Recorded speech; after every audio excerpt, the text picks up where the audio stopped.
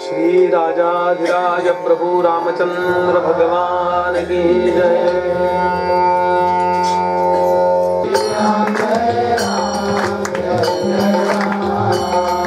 श्री राम जय राम जय जय राम।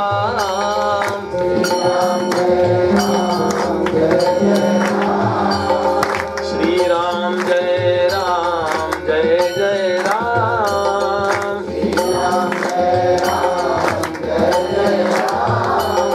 श्री राम जय राम जय जय राम।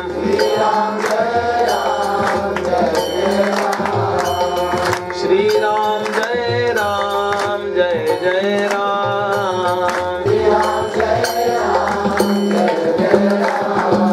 राजाधिराज प्रभु रामचंद्र भगवान की जय जय।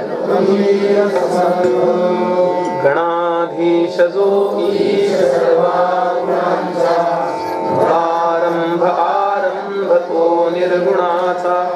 नमो शारदा मूळ चत्वार वाचा। गमो पंथ अनंत या राघवाचा। शुका सारिके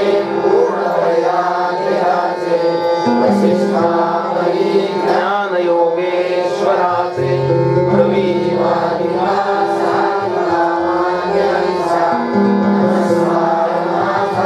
सद्गुरु रामदासा। यः पृथिवी भरवारणायति विजय। सम्प्रार्थितश्चिन्मयः संजातः पृथिवी तले रविकुले। माया मनुष्यो व्ययः। निष्चक्रं हतराक्षसः पुनरगात्। ब्रह्मत्वमाद्यं स्थिरां कीर्तिं पापहरां विधाय जगतां। तञ्जानकीं शम्भसे। विश्वोद्भवस्थितिलयादिषु हेतुमेकं। मायाश्रयं विगतमायमचिन्त्य मूर्तिम्। आनन्दसान्द्रममलं निजबोधरूपं। सीतापतिं विदिततत्त्वमहं नमामि। धीरं धीरं धरित्रीं पदकमलमुखन्याससत्पीडयन्तं। निष्काणैर्नाशयन्तं निखिलकलिमलं तालिजैर्कङ्कणानां। गायन्तं राम रामेत्यतिरतिरभसैराघवं संस्मरन्तं। सङ्गीताचार्यवर्यं कपिकुलतिलकं। मारुतिं नौमि वीरं। कल्याणानां निधानं कलिमलमथनं। पावनं पावनानां। पापेयं यन्मुमुक्षो सपदि परपदप्राप्तये प्रस्थितस्य। विश्रामस्थानमेकं कविवरवचसां जीवनं सज्जनानां। बीजं धर्मद्रुमस्य प्रभवतु भवतां भूतये राम नाम। भवानी शङ्करौ वन्दे याभ्यां विना न पश्यन्ति सिद्धा स्वान्तस्थमीश्वरम्। आपदामपहर्तारं दातारं सर्वसम्पदां। लोकाभिरामं श्रीरामं भूयो भूयो नमाम्यहम्। उद्भवस्थिति संहार कारिणीं क्लेशहारिणीं। सर्वश्रेयस्करीं सीतां नमोऽहं रामवल्लभाम्। अनेन प्रीयतां देवो भगवान् जानकीपतिः। श्रीरामचन्द्रः पूर्वेषामस्माकं कुलदैवतं। श्रोता भक्ता श्रीराम समर्थ। श्रीराम समर्थ। श्रीराम समर्थ। जय जय रघुवीर समर्थ। श्रीराम जय राम जय जय राम। श्रीराम जय राम जय जय राम। श्रीराम जय राम जय जय राम। स्वामी महाराजांच्या उत्सवामध्ये सम्मिलित असे सर्व श्रोते सर्वांच्या हृदयस्थ परमात्म्याला नित्याप्रमाणे वंदन करतो। ज्यांच्या वर्तनामुळे भगवंताला प्रिय असणारा धर्म या जगामध्ये जगतो अशा धार्मिक सज्जनांना विशेष अभिवादन करतो। अधिकारी साधकांचा, वैदिक मंडळींचा, हरिभक्तीपरायणांचा वंदनयुक्त सन्मान करतो। उत्तमोत्तम कला उपासक या ठिकाणी उपस्थित आहेत, त्यांच्या कलेला वंदन करतो। कथेसाठी विशेष उपस्थिती ज्यांनी आपलं संपूर्ण जीवन कीर्तन स्वरूपाने भगवंताला वाहिलं ते परमादरणीय हरिभक्तीपरायण ढोले बुवा उपस्थित आहेत, त्यांच्या चरणी सर्वांच्या तर्फे नतमस्तक होतो। आणि आपल्या सर्वांच्या पर्यंत श्रीमद भगवद्गीतेचं महान तत्वज्ञान ज्ञानेश्वरीच्या स्वरूपात ज्यांच्यामुळे उपलब्ध झालं ते ज्ञानोबांचे पट्टशिष्य श्री सच्चिदानंद स्वामी महाराज यांचे 13वे वंशज या ठिकाणी उपस्थित आहेत. ठावरे काका त्यांच्या चरणी नतमस्तक होतो. आल्या आल्या त्यांनी मला बातमी दिली की आज पंचमी आहे, वसंत पंचमी आहे. आज पैठणला ज्ञानेश्वर महाराजांनी रेड्यामुखी वेद वदवले, त्याला तो आजचा दिवस आहे.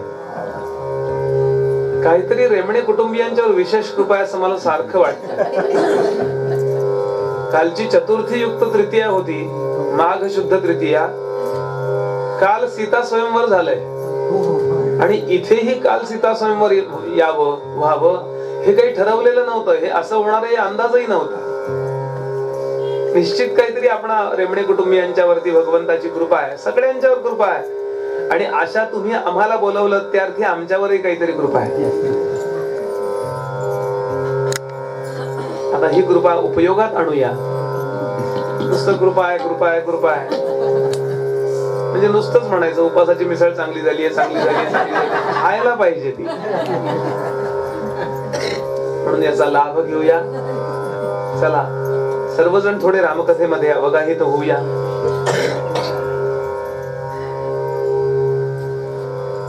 रामांची कथा ही आपल्या वैयक्तिक जीवनामध्ये, कौटुंबिक जीवनामध्ये,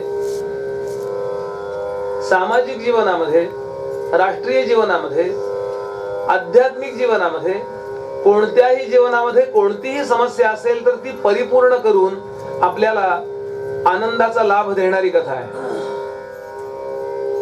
आपल्या जीवनामध्ये आपण निर्णय कसे घ्यावेत हे शिकवणारी कथा आहे. म्हणून माझे गुरुजी नेहमी सांगतात, रामायण माणसाला कसं जगावं हे शिकवतं,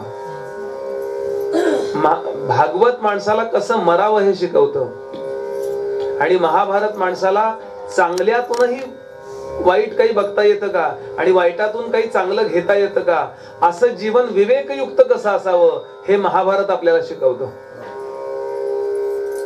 वाईटातला वाईट करणं आहे पण त्याच्यातही काही चांगुलपणा आहे, आणि चांगल्यातला चांगला धर्मराज आहे तोही आपल्या पत्नीला पणाला लावतो असं त्याच्यातही वाईटपणा आहे.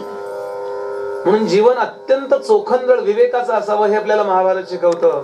रामायण डोळे झाकून फॉलो करावं असं आहे.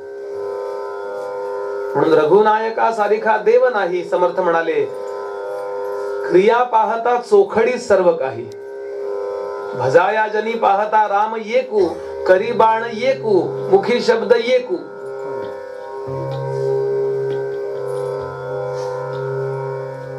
सुभाषितकार म्हणाले, सौंदर्यैर्वा गुणैर्वा रघुपती सदृशो नास्ति देवो द्वितीय. सौंदर्यामध्ये आणि सद्गुणामध्ये रामांसारखा दुसरा देव नाही. आणि अशी ही रामकथा अंतःकरणामध्ये साठवावी. खूप लोकांना वाटतं माझं कल्याण व्हावं, पण ते कसं होईल हे कळत नाही. त्यांनी काय करावं? काही नको, फक्त डोळे मिटून रामकथा ऐकावी. कृष्ण कथा ऐकावी का नको? असा भेद नाही सांगितला.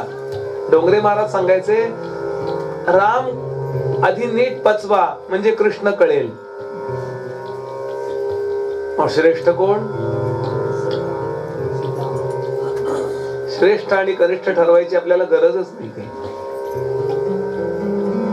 रामाचंही नाव तेवढंच कल्याणकारी आहे आणि कृष्णाचंही नाव तेवढंच कल्याणकारी आहे. जग में सुंदर है दो नाम.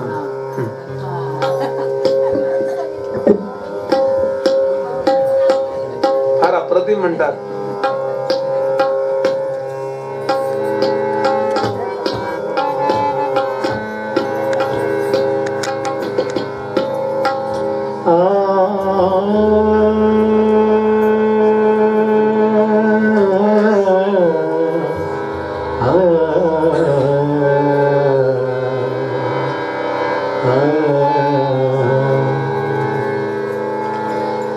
जग में सुंदर है दो नाम,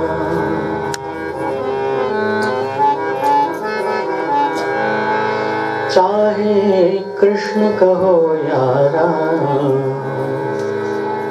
जग में सुंदर है दो नाम,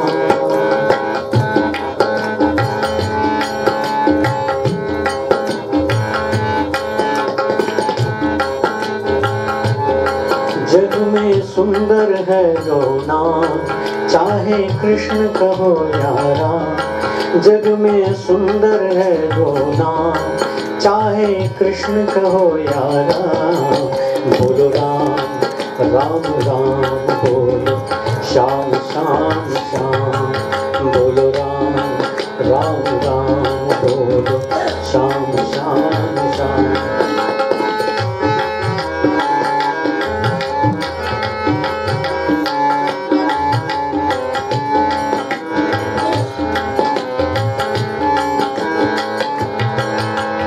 माखन ब्रिज में एक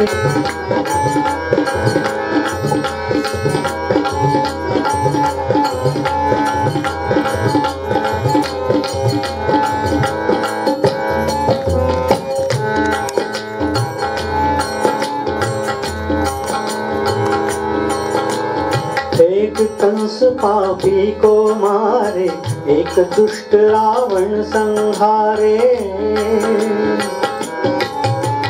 एक कंस पापी को मारे, एक दुष्ट रावण संहारे।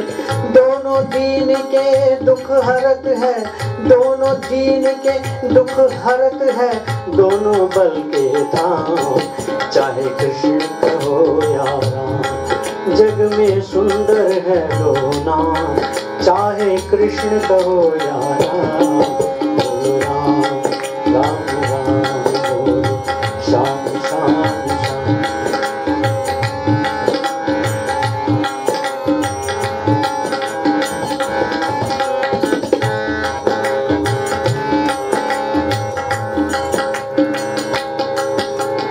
एक राधिका के संग राजे, एक जानकी संग विराजे। एक राधिका के संग राजे, एक जानकी संग विराजे। चाहे सीता राम कहो, चाहे सीता राम कहो, या बोलो राधे श्याम, बोलो राम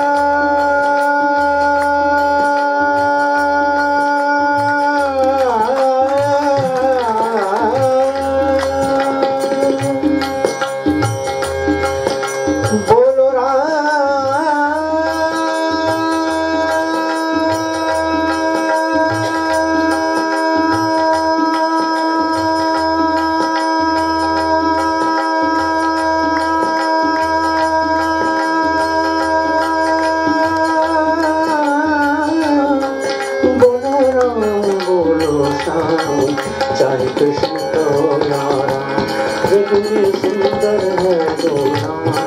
चाहे कृष्ण कहो या राम, बोलो राम राम राम बोलो, श्याम श्याम श्याम। जग में सुंदर है दो नाम।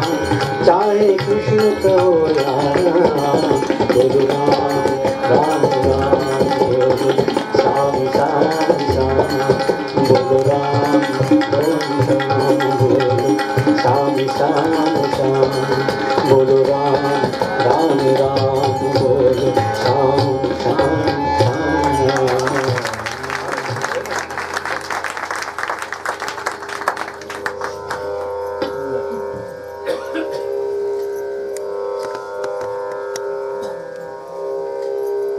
भगवान श्री रामचंद्रांच्या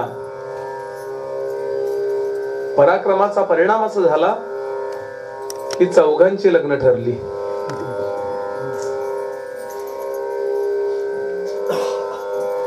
तुमचे भाटेबुवा गमतीनं म्हणायचे, आज आपल्या पराक्रमानं आपलं लग्न ठरायची पंचायत आहे.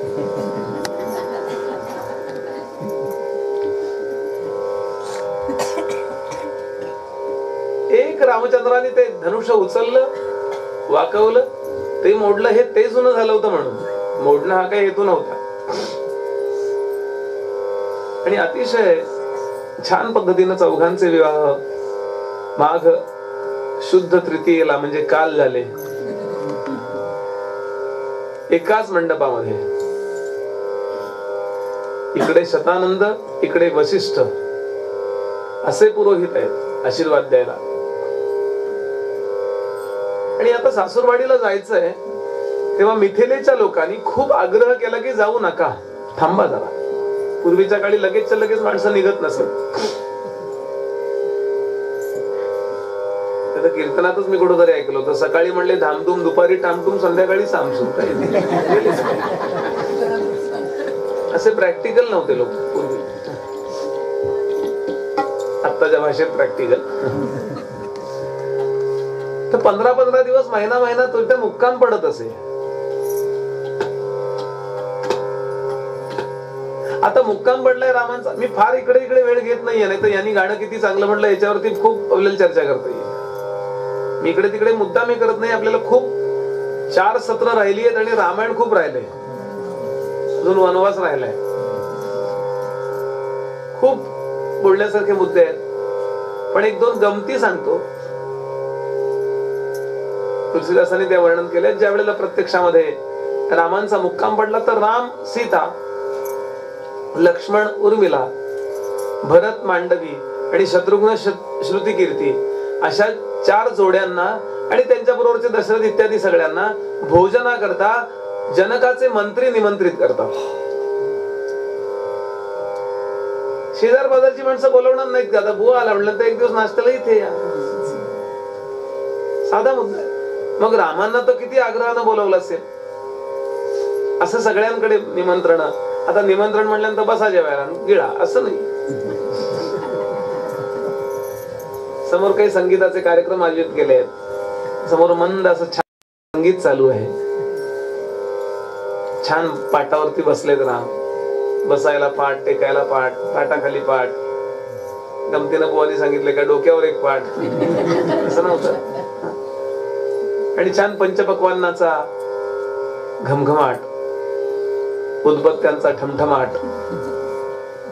वाढायला इतके सुंदर मांडुनी स्वस्तिक सुवर्ण पाठ, आडणीवर सोन्याचे ताट, भोवती फळशाखांचा घाट, गाठी वर्णते पिवळे दाट, गोल गोल ते लाडू आले, पानामध्ये ते गडबडले, तसेच रोठे ते फुगलेले. असं सगळं पंचपक्वान्न समोर वाढली आहेत आणि छान मंद मंद संगीत सुरू आहे. मग आता काही वेळा शास्त्रीय संगीताचा कार्यक्रम, काही वेळा लोकल संगीत तिथलं डफलीवर असं. आणि असे ते संगीत सुरू आहे. त्यामध्ये रामांची गंमत करतायत ते कलाकार. असं एका रामायणकाराने रंगवलं. रामायण तर अनेकदा ऐकतो, मधली मजा ऐका जरा. काही वेळा कसं बटाटे वांगे खावेत आणि काही वेळा बटाटे वांगे बाजूला करून मधला मसाला खावा.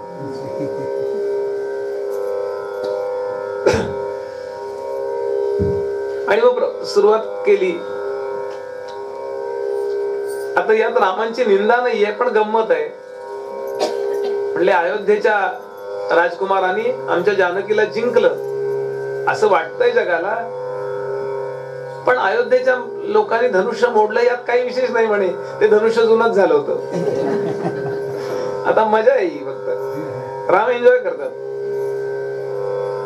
म्हणे. अयोध्येच्या लोकांना तर खीर खाऊन मुलं होतात.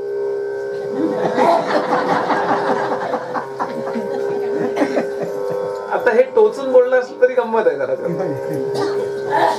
आता हे ऐकल्यावर लक्ष्मण संतापला. हो, माझ्या रामाला नाव ठेवते. पण लक्ष्मणाला एवढंच कोणी बोललं ना, नाही सहन होत. लक्ष्मण जेवणावर उठायला लागला. रामा मला नाही जेवायचं. राम म्हणले का रे? हे काय म्हणे आपली निंदा करत करत म्हणे जेवायचं. हे काय म्हणे? काय निंदा केली त्यांनी? म्हणे खीर खाऊन मुलं होतात.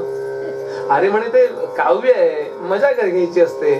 आता कार्टून वगैरे काढली तर ते काही चिडायचं नाही. त्या आजतक मध्ये सो सॉरीच एक कार्टून काढतात बघा ते लोक. आता ते जर त्या लोकांनी बघितलं हसायचं का रागवायचं? ते मोदींनी सगळ्यांना धोबी पचाड दिला असं काढलं होतं त्यांनी. असं बघितलंय. म्हणजे मोदींनी सुद्धा एन्जॉय केलं आणि फोन केला, वा क्या बात आहे. सगळ्यांनी एन्जॉय केलं. आपलं कोणी कार्टून काढल्यावर चिडायचं नसतं, एन्जॉय करायचं असतं. रागवू नको लक्ष्मणा, अरे ते काव्य आहे, मजा आहे, मस्त जेवत जेवत आनंद करायचा आहे, हसायचंय. लक्ष्मण म्हणला मी करू का काव्याशी? लक्ष्मणा तुला जमेल? हो जमेल. त्या वादकांना सांगितलं थांबा रे, तुम्ही वादकांना वाजवा, तुम्ही बोलणाऱ्यांनी गाणाऱ्यांनी जरा थांबा म्हणाले, जरा थांबा. आणि अयोध्येच्या स्त्रियांना किंवा अयोध्येमध्ये खीर खाऊन मुलं होतात असं तुम्ही म्हणलात, हे काव्यात म्हणतोय लक्ष्मण. आमच्याकडे खीर खाऊन मुलं होतात तरी तुमच्याकडे जमिनीत सापडतात.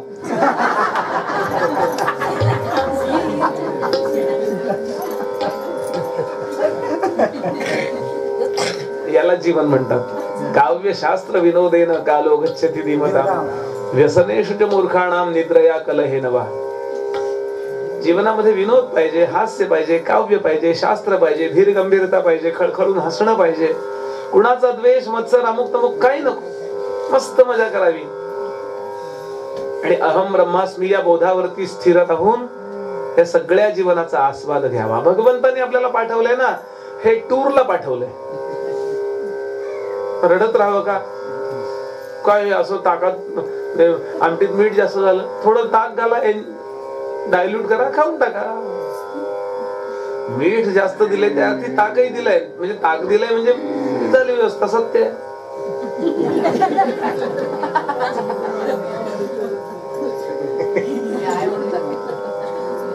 ज्ञानेश्वर. आणि अशा काही काही मजा अनेक रामायणकारांनी सांगितलं, सगळ्या सांगत बसत नाही. आणि आता ही सगळी मंडळी निघतात जायला. हा प्रसंग अत्यंत हृदय वर्णन केला. श्रोते हो, आज जा, उद्या जा, परवा जा असं म्हणता म्हणता महिना 2 महिने या सगळ्यांचा मुक्काम पडलाय. किंवा तरी जायला निघायचंय. आणि आता या चौघींना घेऊन अयोध्यावासीय निघाले. आजपर्यंत अयोध्यावासियांच्या बद्दल प्रेम आणि आदर वाटणारे मिथिलावासियांना अयोध्यावासी आता वैरी वाटू लागले. आमचं सगळं धन घेऊन चालले.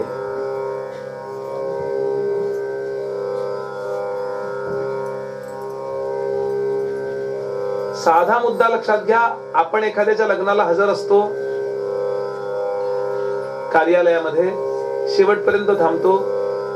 आपला त्या मुलीशी किंवा मुलाशी लांबून दुरान्वयानं संबंध असतो काहीतरी, पण तरीही ती मुलगी जेव्हा आपल्या आईला नमस्कार करते, वडिलांना नमस्कार करते, आणि कार मध्ये बसते रडत रडत, त्यावेळेला आपले डोळे नकळत पाणवतात ना. भारतीय संस्कृतीची मुलगी सासूरवाडीला जाते या गोष्टीकडे पाहण्याची एक वेगळी दृष्टी आहे. वडील जवळ घेतात तिला, बाळा दाटून कंठ येतो, छान राहा.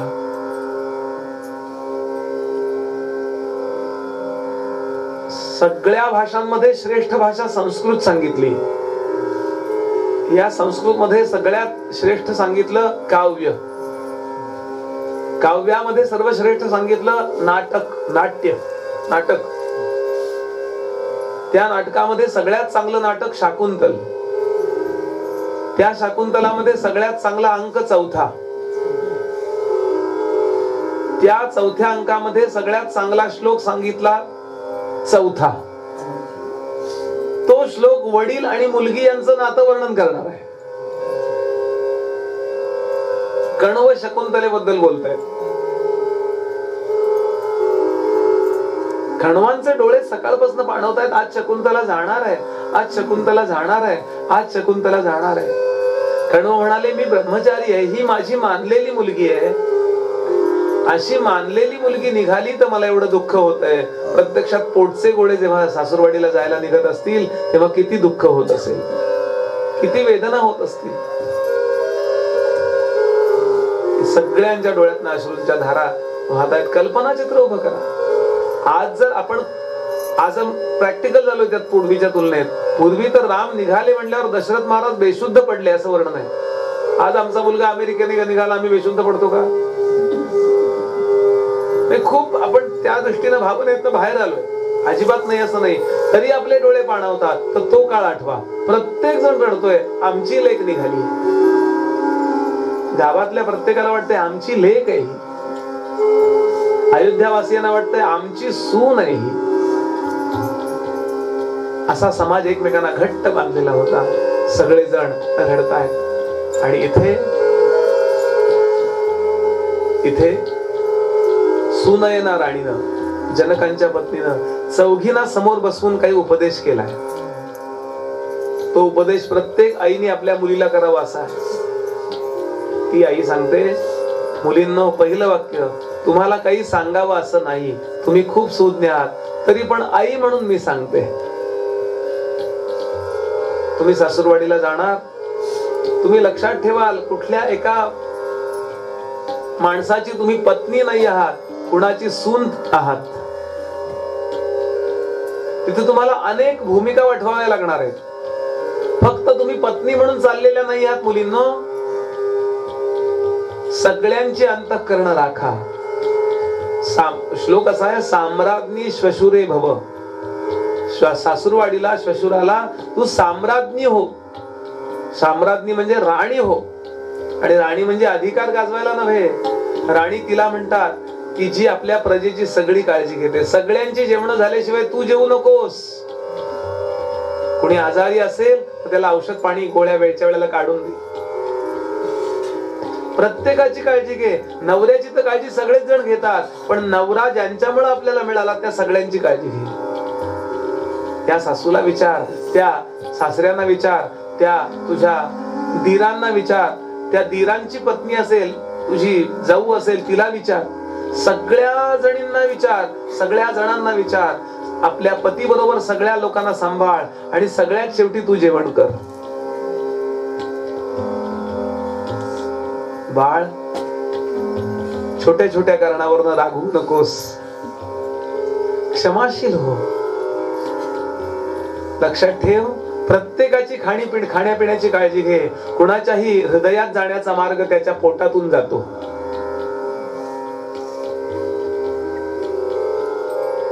चांगला पदार्थ दुसऱ्याला दे आणि खराब पदार्थ तुझ्याकडे ठेव. समर्थ म्हणाले, उत्तम पदार्थ दुसऱ्यास द्यावा, शब्द निवडून बोलावा, सावधपणे करीत जावा संसार आपुला.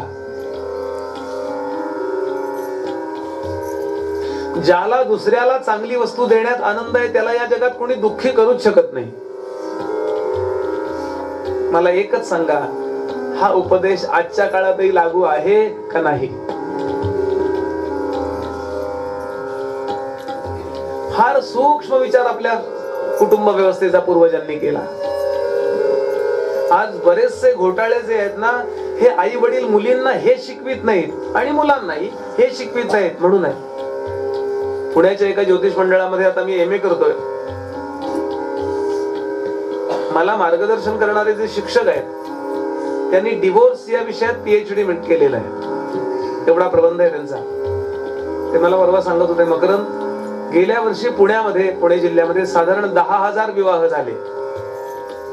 एक रेशो सांगितला त्यांनी. आणि त्यातल्या 8,000 डिवोर्सच्या केसेस न्यायालयामध्ये पेंडिंग आहेत. कशाचा परिणाम आहे सांगा हा? आपण आपल्या पुढच्या पिढ्यांना रामायण ऐकवलं नाही याचा परिणाम आहे.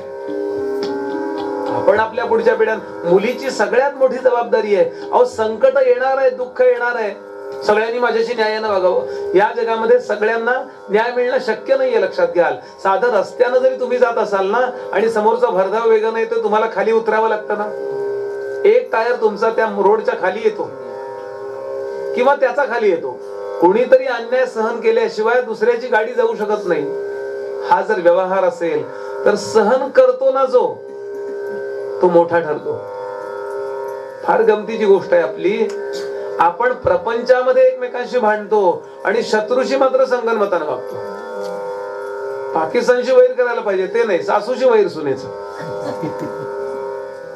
इथे क्षमा वगैरे पाहिजे. आणि हे मुद्दाम मी काय सांगतोय, हे सुनयना राणी या चौघींना सांगतीये. चौघींना सांगायची काही गरज नव्हती. एकदाही रामांचं जानकीचं भांडण झाल्याचा उल्लेख नाहीये रामायणात. वाद झाला नाही असं नाही, वाद आहेत. जानकीने एखादा मुद्दा मांडला, रामाना पटला नाहीये. रामाने एखादा मुद्दा मांडला, जानकीने अजिबात ऐकलं नाहीये. असे अनेक प्रसंग आहेत, पण त्याचं स्वरूप वादाचं नाहीये. एवढ्या करता मी हे सगळं आपल्या समोर बोलतोय. आता सगळेजण जायला निघाले. खूप खूप गोड प्रसंग, हृदय डोळ्यातून पाणी वाहतंय आणि सगळेजण अच्छा करायला नगर सीमेपर्यंत आले. हे सगळे जायला निघाले. जानकी आहे, या 4 जणी निघाल्या. मिथिलावासियांना वाटतंय आमचं सगळं धन घेऊन चालले, आमची मुलगी निघाली. आणि आता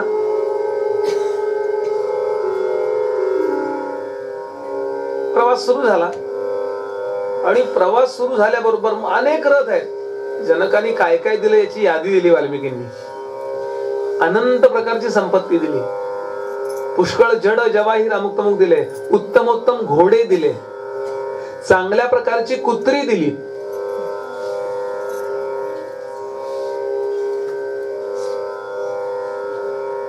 आणि हे सगळं घेऊन निघाले. आणि दशरथ महाराजांनी वसिष्ठांना विचारलं, गुरुजी माझा डावा हात फार लवतोय हो.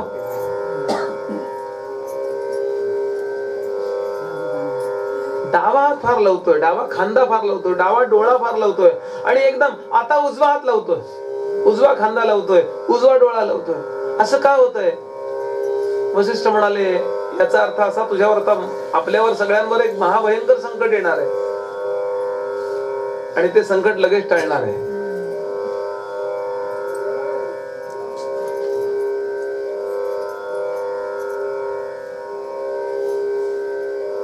आणि इतक्यामध्ये जोराचा सोसाट्याचा वारा सुटला. महाभयंकर असा, अगदी आकाशापर्यंत धूळ जायला लागली. रथ ओढून जातात की काय, असे घोडे थरथर थरथरायला लागले. असे डोळ्यामध्ये त्यात धूळ जायला लागली.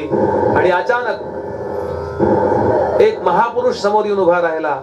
श्री परशुराम भगवान की.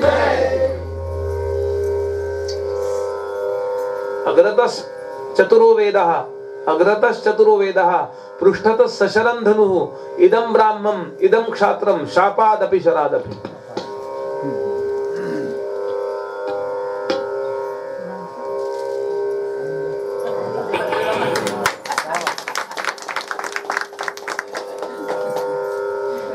परशुराम आणि एकदम समोर येऊन उभे राहिले. थांबा. सगळे घाबरले. बरं, यांचा पराक्रम, ज्यांनी ओळखलं ते घाबरले, पराक्रम आठवून. आणि ज्यांनी ओळखलं नाही त्यांनी रूप बघून एकदम खदिरा अंगारासारखे लाल बुंद डोळे झालेले. खैराचं लाकूड पेटलं ना की इतर लाकडांपेक्षा जास्त लाल बुंद दिसत. लाल बुंद डोळे. थांबा. दशरथांनी पाहिलं. दशरथ पटकन रथातनं खाली उतरले, पायावर पाणी घातलं. महाराज महाराज रागवू नका. कशाला रागावलं तुम्ही? रागवू नका, थांबा. दशरथा, राम कुठं आहे?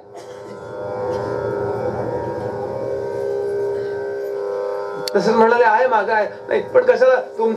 तुम्ही महाभयंकर पराक्रम केलाय. एक काळ अशी गरज होती एवढा पराक्रम करण्याची, असं होतं एकदा. पण आता तसे आम्ही राहिलो नाही आहोत. आम्ही आता प्रजेची काळजी घेतो, उन्मत्तपणानं वागत नाही. महाराज रागवू नका, तुम्ही रागवू नका. राम कुठं आहे? आहे राम, पण तुम्ही कशाला रागावताय? राम माझा चांगला आहे, चांगला आहे. विचारा. कसं तरी दशरथ महाराज त्यांचं समाधान करून घ्यायचा प्रयत्न करतायत. राम कुठं आहे? तिसऱ्यांदा प्रश्न. हे रामाचं 4-5 वेळा नाव, 3 वेळा नाव ऐकल्यानंतर लक्ष्मण समोर आला. कशाला पाहिजे राम? आधी माझ्याशी निपटा. रामानं कोणी बोललं ना की लक्ष्मणाला नाही चालत. हा कोण आहे म्हणलं? लक्ष्मण सांगतो, मी लक्ष्मण, रामाचा धाकटा भाऊ. काय म्हणायचंय तुम्हाला? दशरथा, याला सांग मी काय काम केलंय पूर्वी. याला सांग, याला माहिती नाही माझ्याबद्दल.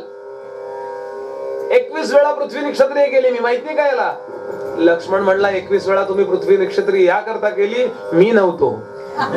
बापरे, हे 15 वर्षाचं पोरगं बोलतोय. अजून संतापले, थैथयाट केला. सगळे घाबरले. तो लक्ष्मण काय घाबरायला त्यांनी? फार तर काय मरू म्हणले. मरणाला घाबरत नाही, हीच क्षत्रियाची पहिली व्याख्या आहे.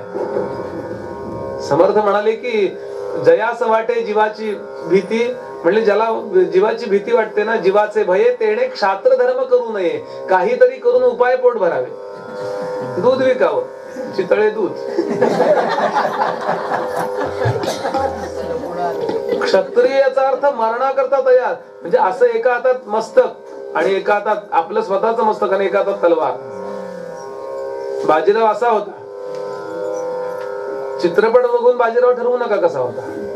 हे येड्याला काही कळतच नाही. मिशा नुसते असे केले. मस्तानीवरून बाजीराव ओळखला जावा, हे काय दुर्दैव आहे भारताचं. बाजीरावाची तलवार जी आहे ना, ती तलवार जर उचलली ना, तर त्या तो जो कोण आहे ना आता डायरेक्टर, मुळव्याध होईल त्याला. बाजीरावाचं वर्णन मोहम्मद शहा बंगशनं केलंय. मोहम्मद हा बंगश जो आला ना, त्यांनी 90 वर्षाच्या छत्रसालाला पकडला आणि अटक केली. बुंदेलखंड आणि पूर्ण दिल्ली आणि हा भाग काबीज करायचं ठरवलं मोहम्मद शाह बंगश. आणि तेव्हा गुप्त पद्धतीनं त्या छत्रसालाने एक पत्र लिहिले. छत्रसाल लहान होता तेव्हा शिवाजी महाराजांना भेटला होता आणि मला तुमच्या सैन्यात नोकरी द्या म्हणाला. त्याच्या आई वडिलांना अकबराने कपटानं ठार मारलं होतं, म्हणून शिवाजी महाराजांच्या बाजूला लढायचं आणि अकबराचं हे घ्यायचा बदला असं ठरवलं होतं. तेव्हा शिवाजी महाराजांनी सांगितलं, माझ्या सेनेत सामान्य सैनिक कशाला होतोस, तू राजा आहेस. राजा हो, माझा आशीर्वाद आहे. आणि तो राजा झाला आणि तो म्हातारा झाला खूप वर्षाचा. तेव्हा बंगशाने त्याला पकडला आणि त्या तुरुंगातून त्यानं गुप्तपणानं पत्र लिहिले. ते पत्र असं आहे, त्याचा अर्थ सांगतो, मला ते पाठ नीट नाहीये. म्हणाले, जो गती भई गजेंद्र की, गजेंद्र मोक्षाचा कथा त्याला माहितीये. जो गती हो गई गजेंद्र की, सो गती हो गई आज. आणि शेवटी सांगितलं, राखो बाजी लाज. हे बाजी माझी लाज राख. आणि निघाला हा बाजीराव, निघाला. मी पराक्रमा करता हे सांगतो. बाजीरावाचा मुद्दाम सांगतो आपल्याला.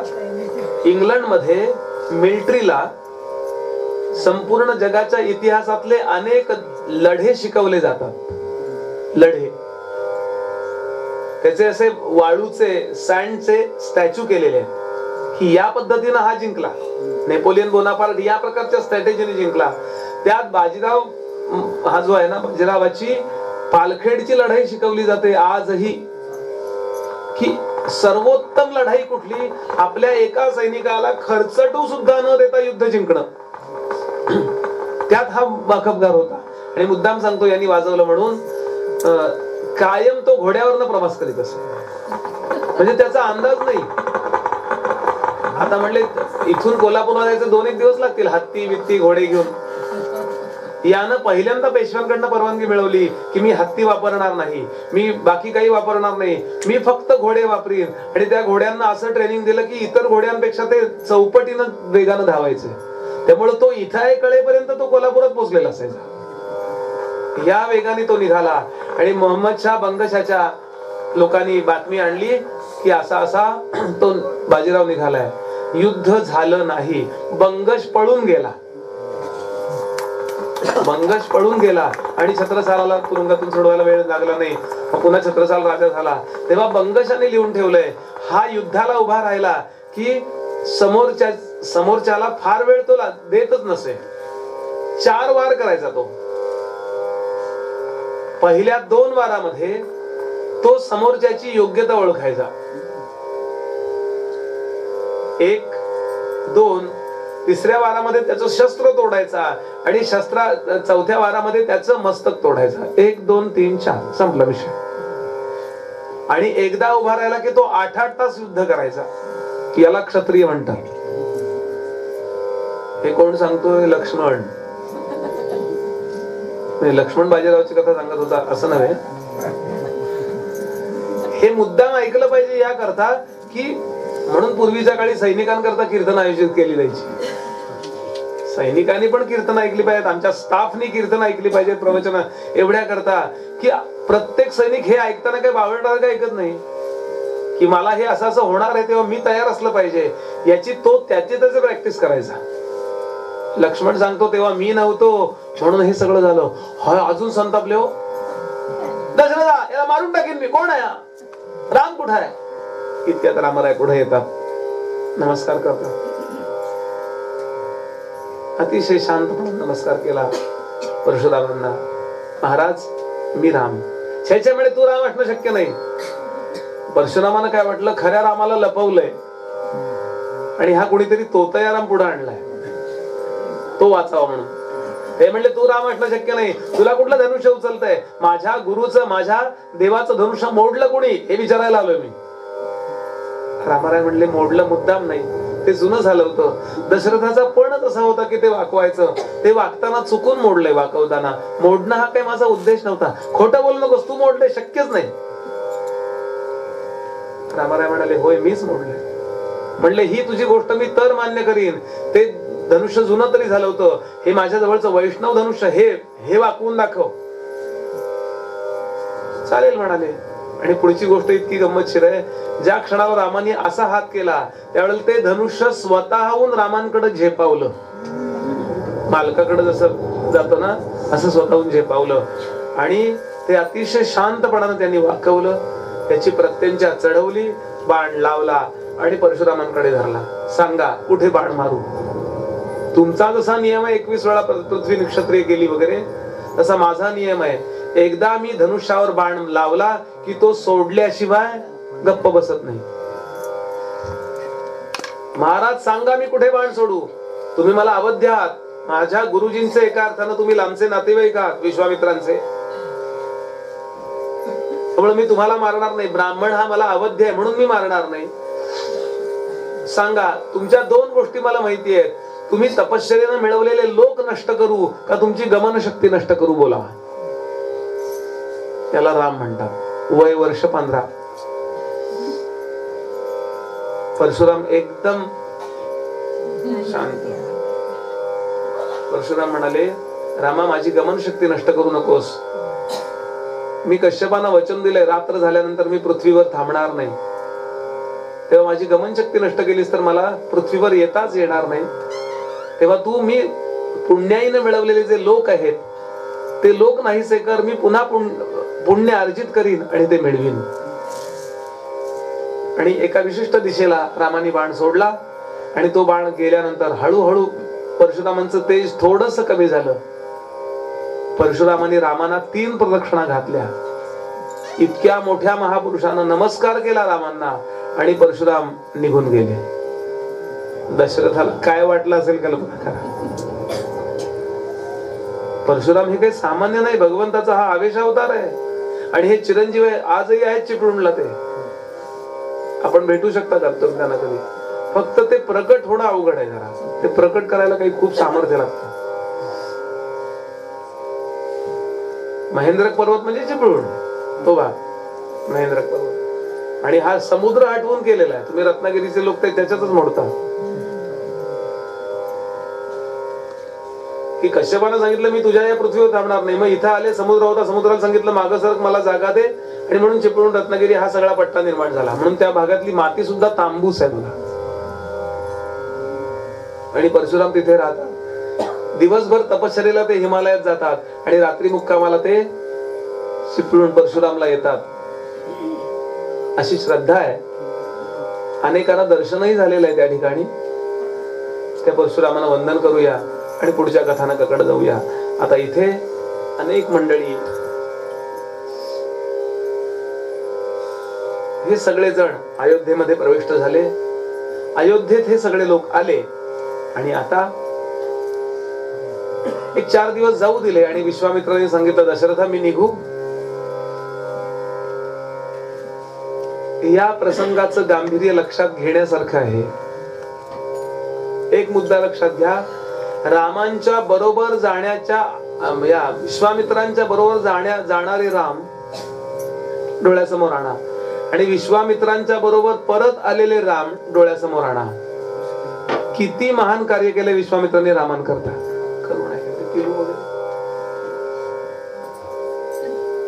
दशरथांची क्षमा मागितली विश्वामित्राने. दशरथा क्षमा कर मला, त्या दिवशी मी जरा कठोर वागलो, मला रामांना दे, रामम मे दातुम रहस्य असं तुला म्हणालो, तुला जरा दुःख दिलं, तुझ्या डोळ्यात पाणी आलं, तुला मूर्छा आली, खूप त्रास झाला, पण मी माझ्या करता हे केलं नाही हे तुला माहितीच आहे, तरी मला क्षमा कर. यश राजंगतास्मा, मी चाललो. दशरथ चरणावर कोसळला. रामराय नमस्कार करता. मला सांगा विश्वामित्रांनी काय केलं नाही रामांकरता? पायी चालायला लावलं, काट्या कुट्यामध्ये गवतावर झोपायला शिकवलं, वनस्पतींची माहिती दिली, अनेक प्रकारचं ज्ञान दिलं, गंगा इत्यादींच्या कथा सांगून पूर्वजांचा जो स्वाभिमान आहे तो जागा केला, यज्ञाचं रक्षण करायला लावून कॉन्फिडन्स वाढवला. यज्ञाचं रक्षण काय त्यांना करता येत नव्हतं, अनेक सिद्धी आहेत, त्यांनी जर आवळून घेतला असता मंत्रांनी तो भाग तर करता आला असतं त्यांना. पण रामांना तयार करायचं, राम लक्ष्मणांना वाटेमध्ये बला अतिबलेसह 100 पेक्षा जास्त शस्त्रास्त्र शिकवली. अहिल्या उद्धाराने रामांच्या चित्तातली करुणा जागी केली. योग्य त्या वेळेला त्या राजसभेमध्ये धनुष्य उचलायला भाग पाडलं आणि संपूर्ण एका रात्रीमध्ये रामराय हिरो ठरलेत सगळ्या जगामध्ये. हे सगळं कुणाचं श्रेय आहे सांगा?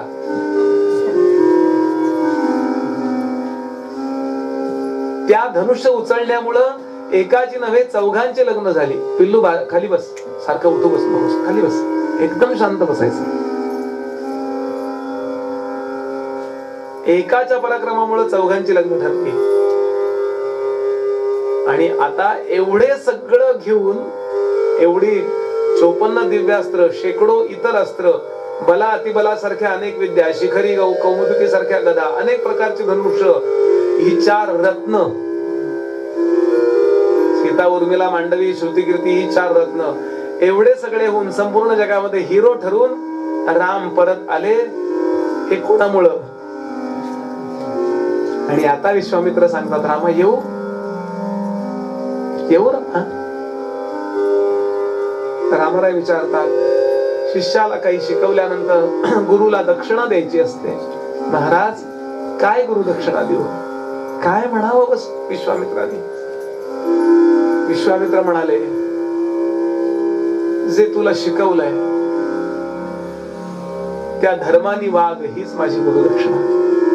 विश्वामित्रांनी काहीही घेतलं नाही. ही जगात संस्कृती आहे का सांगा? ही जगात इतरत्र कुठे मिळेल का आपल्याला? समर्थ म्हणाले, आमुची प्रतिज्ञा ऐसी, काही न मागावे शिष्यासी, आपणा मागे जगदीशासी भजत जावे. आपण अवचिते मरोनी जावे, मग भजन कोणे करावे, या कारणे भजनास लावावे बहुत लोक. परदेशातून आलेल्या लोकांनी चंद्रगुप्त मौर्यांकडे प्रार्थना केली, तुमच्या गुरुजींना आम्हाला भेटायचं आहे. चाणक्यांचं नाव परदेशामध्ये गेलंय की चंद्रगुप्त मौर्याला, या पोराला, लहान मुलाला धरला आणि राजा केला त्या गुरूंनी. आता त्यांना वाटलं मोठा वाडा असेल यांच्या गुरुजींचा. त्यांना पोपची सवय ना त्या व्हॅटिकन सिटीतल्या. नोंद गेली, ट्रॅव्हर्नियर नावाच्या त्या माणसाने नोंद केली आहे की जेव्हा मी गुरुजींचं घर बघायला गेलो तेव्हा अत्यंत सामान्यातली सामान्य साकारलेली झोपडी होती. त्या झोपडीमध्ये मध्ये कुंड होतं, त्यामध्ये अग्नी धगधगत होता. छान दर्भासन व्यवस्थित लावून ठेवली होती आणि एका दर्भासनावरती एक साधा पंचा नेसून एक उघडा बंब असा मनुष्य बसला होता. अत्यंत तेजस्वी, गळ्यामध्ये स्वच्छ जानवर, डोक्याचा चकचकीत गोटा, त्याच्यावरती गाईच्या खुरा एवढा घेरा, त्याच्यावरती चापून चोपून बसवलेली फुलवात, लावलेली भस्माचे पट्टे आणि अत्यंत शांतपणानं तो काहीतरी लिहित होता. मला वाटलं हे त्यांचं ऑफिस वगैरे आहे वाटतं आणि पंतप्रधान वेगळे, यांचे गुरुजी वेगळेच आहे. जेव्हा मला सांगण्यात आलं हे चंद्रगुप्त मौर्याचे गुरु, तेव्हा मी बघत बसलो. ते इतके शांत बसले होते, एक सामान्य जोगी, काही नाही, साधू. भारतीय संस्कृती महान काय यांचे शिष्य राजे आहेत, पण यांचे गुरु विरक्त आहेत. शिवाजी महाराजांच्या राज्याभिषेकाला फक्त कल्याण स्वामी आशीर्वादाचं पत्र घेऊन जातात, समर्थ गडावर उपस्थित राहत नाहीत. मी जर गेलो तर लोक माझ्या पाद्यपूजा करत बसतील, मला माझा राजा मोठा. हे तिकडे त्या शिवथरगडीमध्ये राहतात. तुझा तू वाढवी राजा शीघ्र आम्हाची देखता. रामदास म्हणे माझे सारे आतुर बोलणे, क्षमावे तुळजा माते इच्छा पूर्णची तू करी. याला भारतीय संस्कृती म्हणतात. हो, सांगा मला, आज हे शिक्षकांना ऐकवायला पाहिजे की नाही? नुसतं शिक्षकांना नाही, हे विद्यार्थ्यांना ऐकवायला पाहिजे की नाही? काही नको. म्हणून एवढी मोठी कार्य उभी राहिली. हो, यातून मला काय मिळेल असा मनुष्य जेव्हा अपस्वार्थी होतो ना, इतका सेल्फिश झालाय मनुष्य की त्याला सेल्फी काढायला सुद्धा दुसरा मनुष्य लागत नाही.